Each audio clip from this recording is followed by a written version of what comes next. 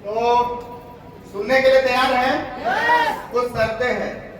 Mobile को silence mode में कर दीजिए। फोटो ले सकते हैं, वीडियो बना सकते हैं, लेकिन मोबाइल को साइलेंस मोड में कर दीजिए ताकि बाहर वाले आपको डिस्टर्ब ना कर सके। डायरी पेन रेडी रखिए ताकि यहाँ पे बहुत कुछ सर बताएंगे जो आपको सीखने के काम में आएगा। तो मैं बिना ज्यादा समय गवाए हुए आप लोग की जोरदार तालियों को इस माइक हैंड ओवर करने जा रहा हूँ आदरणीय विलोचन सर को। Please welcome.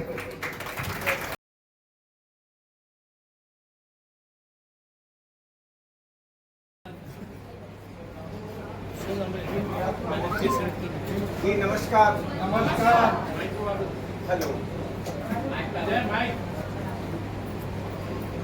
क्या हुआ?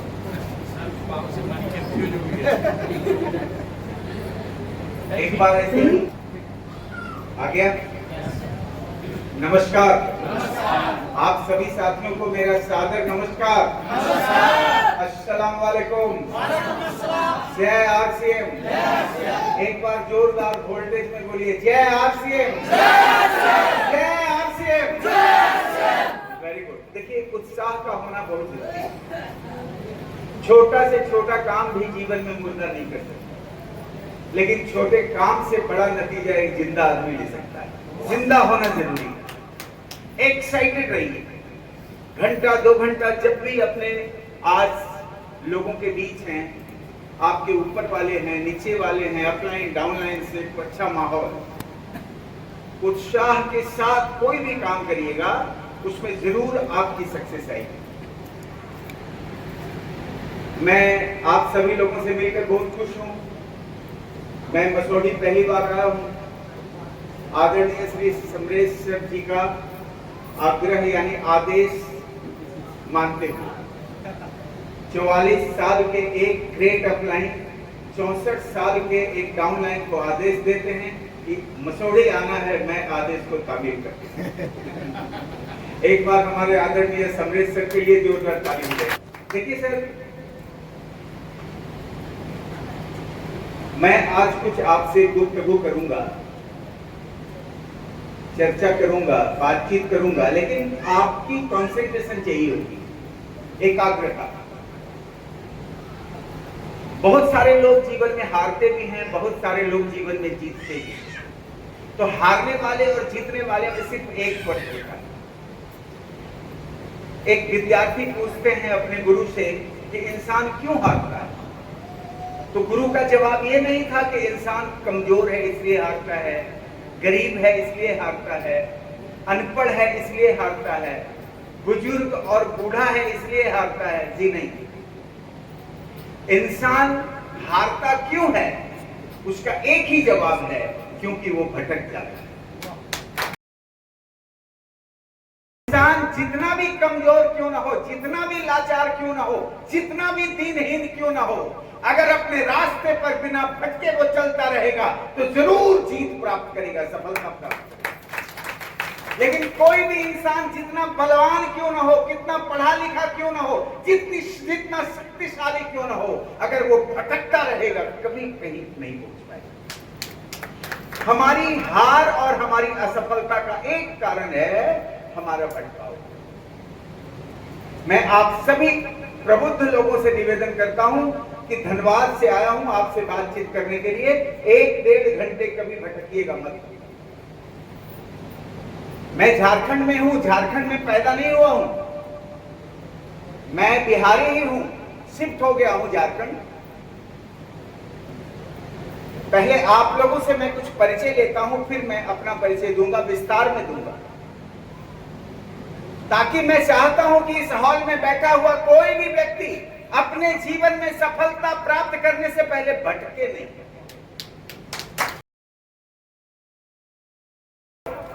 कितने भी गरीब क्यों ना हो, एक बार मेरे को देखिए, हमेशा आपको ऊर्जा और ताकत मिलेगी। मैं एन विलोचन हूं, पूरा नाम मेरा नलिन विलोचन है, बिहार से हूं, लेकिन अब झारखंड में रहता हूं, धनबाद कोलसी, धनबाद। दोस्तों, मेरे को एक बात बताइए कि आज इस महफिल में जितने भी लोग हैं, उनमें ऐसे कितने लोग हैं जो अभी तक सिस्टम से जुड़े नहीं, बिल्कुल ही नए हैं, यानी जिनको हम कहते हैं प्रोस्पेक्ट्स, ऐसे कितने लोग? हाथ खड़े कीजिए ना, बिंदास होकर हाथ खड़े कीजिए। जो आरसीएम से जुड़े नहीं हैं, जो हमारे मेहमान हैं, हाथ खड़े कीजिए। एक बार खुद से खड़े हो जाइए, खड़े भी हो जाइए, अपनी टांग पर खड़े हो जाइए। आहा, क्या बात। देखो हमारी बेटियां भी खड़ी होगी। सुनना, मेरी बातों को, मेरी भावनाओं से बिल्कुल अपनी भावनाओं को जोड़ना। आप सभी हमारे मेहमान हैं, आरसीएम के दरवाजे पर कदम रखने वाले, पहला कदम रखने वाले लोग हैं। आने वाले कल की शुभकामनाएं देते हुए मैं अपने बाकी साथियों से अनुरोध अपील करता हूं कि इन मेहमानों के लिए जोरदार तालियां। और एक परिचय मैं लेना चाहूंगा कि आप में से अब तो समझ में आ गया, ये इतने लोग मेहमान थे हमारे जो जुड़े नहीं थे, बाकी सारे लोग ऑलरेडी जुड़े हुए हैं, हमारे एसोसिएट्स हैं, ये तो पक्का हो गया। तो मैं एक परिचय और लेना चाहूंगा कि आप में से ऐसे कितने लोग हैं जो मुझको पहली बार सुन रहे हैं? एक बार हाथ खड़े करें जी। 100% धन्यवाद आपको, एक बार ताली दी।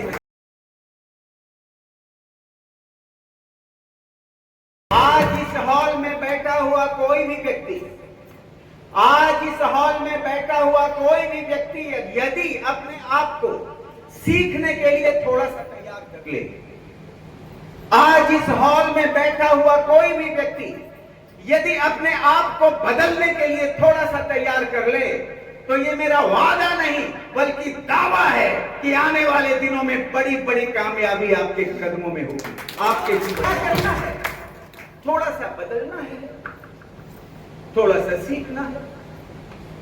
कितना बड़ा टफ कार्य है, कितना कठिन कार्य है। We have to change something and we have to learn something। कितना, अरे थोड़ा सीख लो, थोड़ा बदल लो, अपने ईगो में रह के क्या मिल गया और आने वाले कल में भी क्या मिल पाएगा। मास्टर का बेटा हूं, मेरी मां टीचर रही है बिहार गवर्नमेंट में और मेरे पिता सेंट्रल गवर्नमेंट एम्प्लॉय रहे हैं, दोनों सरकारी नौकरी पेशा, माता पिता का मैं संतान। 1961 में मैं पैदा हुआ था, 1961, मेरी उम्र जोड़ लो। और ये मैं लिख के देता हूं, दिन सोमवार था, तारीख 25 थी, सितंबर का महीना था, सुबह 10:30 बजे नजारत अस्पताल मोकामा में फुर्सत से निकाला गया था, जबरन पैदा हुआ था। 1981 में मेरी शादी हो गई, उसका भी एक विटनेस है, बतला घाट रेल दुर्घटना, विश्व का द्वितीय विराट दुर्घटना हुई थी ठीक मेरी शादी के एक दिन पहले। 8 जून 1981 को मेरी शादी हो गई, वो भी लिख देता हूं। तो शादी मेरी 1981, यानी 20 साल की उम्र में मेरी शादी हो गई। उन दिनों केआरके स्कूल में पढ़ता था, मैट्रिक में हाफ पैंट पहन के जाता था, आज की डेट में नर्सरी वाले फुल पैंट पहन के जाते हैं। ये अंतर उन दिनों और आज के दिनों में। मेरी शादी का एक जिक्र मैं बताता हूं। मेरी बहन ने मेरे कमरे में एक फोटो रखी, मैं 2 भाई एक बहन हूं। सुबह उठकर पूछती है कि फोटो कैसा लगा। मैंने बोला कौन सी फोटो? अरे तुम्हारी मेज पर मैंने एक फोटो रखा हुआ है, देख के बताओ कैसी है। मैंने बोला क्यों? मेरे हाँ ना कहने से क्या फर्क पड़ेगा, गारंटी दो कि यदि मैं रिजेक्ट करूंगा तो शादी कैंसिल होगी। होगी नहीं तो औपचारिकता करने से क्या फायदा। क्योंकि मेरे को पता था कि बात बहुत आगे जा चुकी है, ये शादी होनी है। आजकल पिताजी अपने बच्चों की शादी ठीक करने से पहले डरते हैं कि कहीं बचवा से पूछ लो कोई एडवांस बुकिंग ना करके रखा हो। इतना कॉन्फिडेंट नहीं होता जितना उन दिनों हुआ करता था। यस और नो सर? माहौल में बहुत बदलाव आया है। चलिए कोई बात नहीं, ये तो सृष्टि का वो परिवर्तन चक्र है, होता ही रहता है। 1984 में मेरे पिताजी ने मेरे को नौकरी देने की पहल की। 1984 में मेरे पिताजी रिटायर समय से पहले हो गए, क्योंकि मैं बेटे को अपनी जॉब दे दूंगा। मैंने मना किया कि बाबूजी मेरे को नौकरी नहीं चाहिए, आप पूरी नौकरी कर लीजिए, मैं नौकरी वोकरी लेने वाला हूं नहीं। उन्होंने कहा बच्चा है, नौकरी कैसे ले लेगा बेटा, आने वाले दिनों में भगवान मिल सकते हैं लेकिन नौकरी नहीं मिलेगी। तू मेरा बेटा है, बाप की नौकरी कैसे नहीं लेगा। और उन्होंने प्रोसेस जारी रखा, सरकारी कार्रवाई, कागजी कार्रवाई जारी रखा। समझ लीजिए कि ज्वाइन करने के लिए मेरे को ले जाया जा रहा था ECL आसनसोल। मैं अकेला नहीं गया, अपनी माँ को साथ लेकर गया, क्योंकि मेरी माँ एक पढ़ी लिखी शिक्षित महिला शिक्षिका थी और वो मेरी भावनाओं को समझती थी। मैंने साफ साफ बोला था कि माँ रोटी कम पड़ गई है तुम्हारी, मैं नौकरी नहीं करना चाहता, मेरे को छोड़ दो। लेकिन वहां जाकर माँ ने मेरा साथ दिया कि जब ये नौकरी करना नहीं चाहता तो क्यों दे रहे हैं, छोड़िए किसी और को दे दीजिए। तब मेरे बाबूजी ने बोला क्या कारण है नौकरी नहीं करेगा। मैंने बोला आप जितना भी प्यार से आज अपनी नौकरी दे दीजिए, आने वाले कल में जब नाराज होंगे तो ये कहने से भी नहीं चुकेंगे कि इस नालायक को अगर मैंने अपनी नौकरी ना दी होती तो ये भीख मांग रहा होता। मैं कुछ भी अपने पुरुषार्थ से हासिल करना चाहता हूं, किसी की दया पर जिंदगी नहीं जीना चाहता। इसलिए मैं नौकरी के लिए परीक्षा दे रहे हैं, खेत बेच रहे हैं, सोना चांदी दे रहे हैं, क्या नहीं कर रहे हैं, क्यों? नौकरी ही एक जीवन का जरिया है, नौकरी ही आपके जीवन के बड़े गोल का माध्यम है। अरे इस दुनिया में कौन ऐसा व्यक्ति है जो नौकरी करके नंबर 1 बना है? अरे एक भी व्यक्ति को बता दो जो नौकरी करके सफल हुआ है, एक भी नहीं, नहीं नहीं, नो नेवर। नौकरी सिर्फ नौकर बनाती है, मालिक नहीं बनाती। ये विडंबना है हमारी कि हम नौकर बनने के लिए ही प्रयास करते हैं, नौकर बनने का सपना देखते हैं, नौकर बनकर खुश हो जाते हैं। मालिक बनने की सोच रखने में कौन मना करता है हमें? मालिक बनने का प्रयास करने में कौन मना करता है? अरे इस दुनिया में मालिक बनने वाले लोग आसमान से नहीं गिरते, धरती से नहीं उपजते, मां की कोख से ही पैदा होकर मालिक बनते हैं। हम भी मां की कोख से ही पैदा होते हैं। अरे मालिक बनने वाला भी सोना चांदी लेकर पैदा नहीं होता, हम भी नौकर बनने की गारंटी लेकर पैदा नहीं होते। जब एक समान पैदा होकर कोई व्यक्ति मालिक बन सकता है तो उसी मां की कोख से हम पैदा होकर मालिक क्यों नहीं बन सकते यार? क्यों नहीं बन सकते?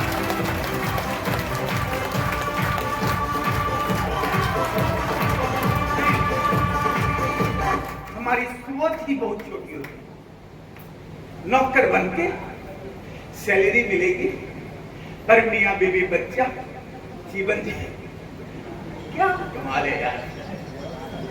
सोचो सोचो, अंबानी, टाटा, अडानी, जिंदल, मित्तल, बहुत सारे लोगों को जानते हैं आप। ये सब आसमान से नहीं गिरे, इसी धरती पर पैदा होकर मालिक बने। और उनके बेटे को जाकर पूछो कि कलेक्टर बनने का परीक्षा क्यों नहीं देता, जाके अनंत अंबानी को बोलो कलेक्टर बनो। हाय हाय हाय, वो मालिक है, वो कलेक्टर नहीं बनेगा, क्योंकि कलेक्टर भी है तो वो नौकर है। हेलो, है या नहीं है? अरे भाई बड़ा नौकर है और क्या, क्लर्क छोटा नौकर, लेकिन अल्टीमेट है तो नौकर ही। इसका एक कारण मैं बताता हूं। हमारे घर में बच्चा पैदा होता है, पैदा होता नहीं तो पैदा होते ही पता चलता है क्या हुआ, लड़का हुआ, फिर थाली बजती है, मजा आता है, एकदम सभी खुश हो जाते हैं, मेरा बउआ, मेरा सोना, मेरा राजा, हाय हाय हाय। और उस बच्चे के कान में उसका बाप कहता है मेरा बेटा दरोगा बनेगा, उसका नाना कहता है मेरा बेटा कलेक्टर बनेगा।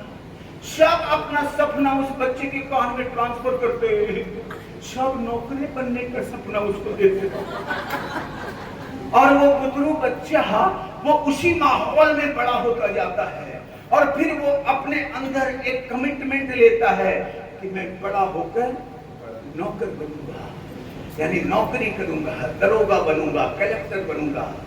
वो घी के दिए जो जलते हैं, घी के लड्डू जो बांटे जाते हैं उसके जन्म के उत्सव पर, और उसके बाद उस दिन घी के दिए जलाए जाते हैं, घी के लड्डू बांटे जाते हैं जिस दिन वो बंदा अपनी कड़ी मेहनत या जैसे भी एक नौकरी हासिल कर, जब वो लड़का नौकरी हासिल कर लेता है तो भी उस दिन उत्सव होता है उसके घर।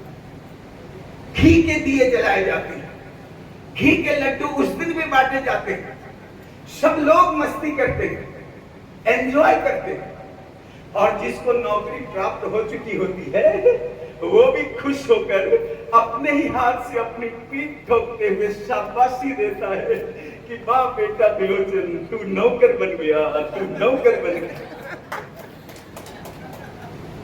हम नौकर बनकर खुश हो जाते हैं, यही हमारी गरीबी का मूल कारण है। अभी सर ने बोला ना 4 करोड़ का मेरा टर्नओवर होता है, एक स्टाफ नहीं है, एक दुकान नहीं है, एक बिजली बिल नहीं लगता, कोई सिक्योरिटी का सवाल नहीं, क्योंकि वो मालिक है।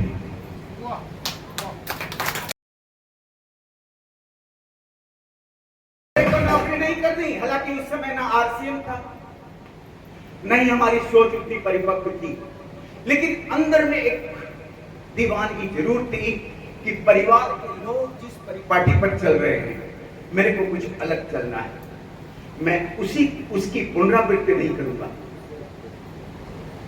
क्योंकि किसी के मुंह से सुना था, लोगों ने बोला कि लीक लीक लीक कहीं चले, लीक कहीं चले कपूत, लीक झाड़ी के तीन चले, शायर सिंह सपूत। मैं छोड़ के चला, मैं सिर्फ रोटी खाने और सोकर मर जाने के लिए पैदा नहीं हुआ हूं, मेरे को कुछ नया करना है, मेरे को कुछ अलग करना है, मेरे को कुछ बड़ा करना है। मैंने रिस्क लिया। क्यों नहीं रिस्क लेते? क्यों सुरक्षा के जोन में जीते हैं आप? इतना भी कमजोर नहीं है कि रोटी से पेट ना भर सके। रिस्क लीजिए, कुछ बड़ा सोचिए। आप नौकरी कर भी लेते हैं, क्या आप अपने खानदान के पहले व्यक्ति होते हैं जो नौकरी कर लेते हैं? कोई व्यवसाय कर भी लेते हैं तो क्या आप अपने खानदान के पहले व्यक्ति होते हैं जो व्यवसाय करते हैं?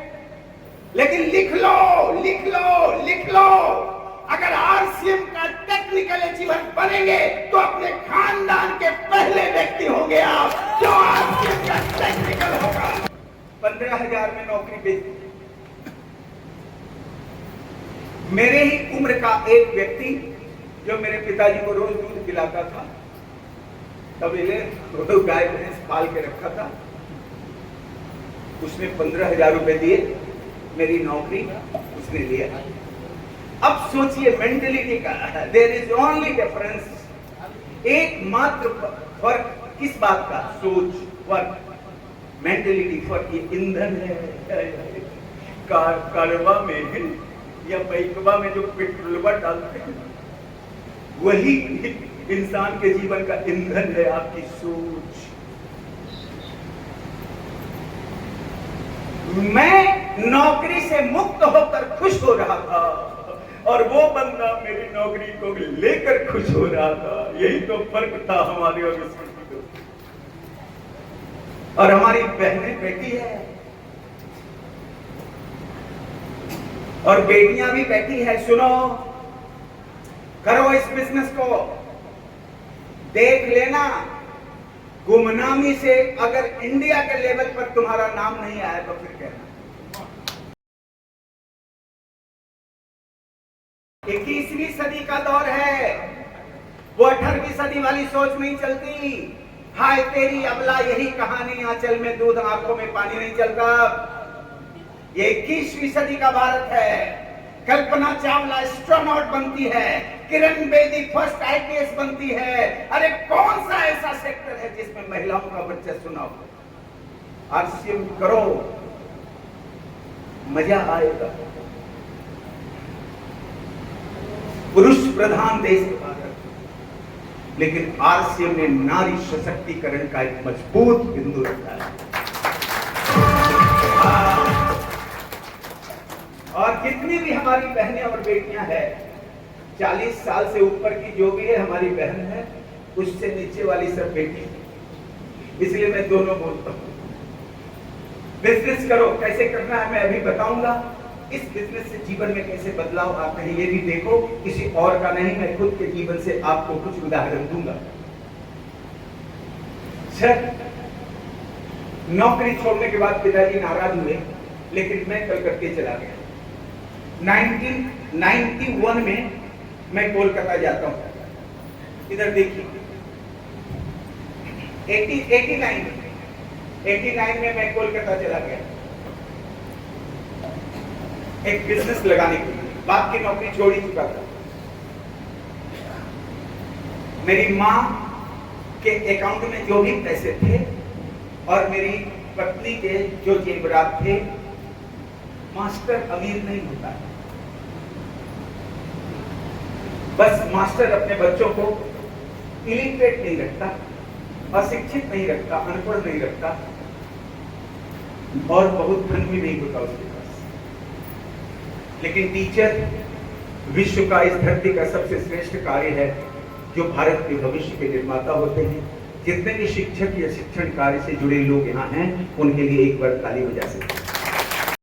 चूंकि मैं टीचर सन हूं, तो इस पेशे से जुड़े लोगों के प्रति अगाध श्रद्धा रखता हूं और उनमें अपने माता पिता का अंश भी देखता हूं, बहुत सम्मान देता हूं।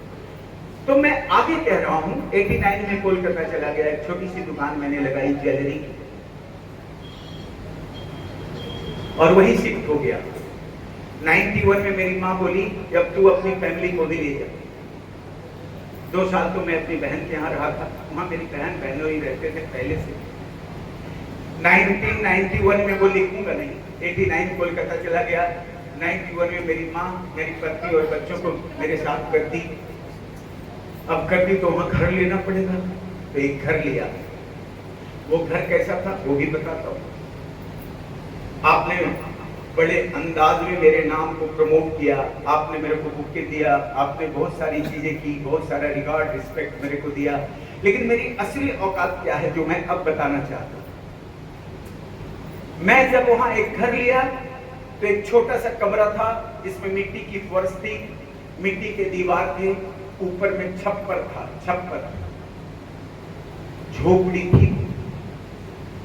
मैंने किराए पर लिया, क्योंकि उससे अच्छा कोई घर लेने की औकात नहीं थी मेरी। मैं जीरो से स्ट्रगल करना स्वीकार किया था, अपने बाप की सरकारी नौकरी छोड़कर। सुनो प्यारी दुनिया और आप हमारे भाइयों, जीवन में जब तक रिस्क नहीं लेंगे तब तक रिवार्ड नहीं मिलेगा, ये नियम है प्रकृति का। हवाई जहाज सबसे ज्यादा सुरक्षित हैंगर में होता है। एयरपोर्ट पर एक हैंगर होता है, उसका भाड़ा लगता है।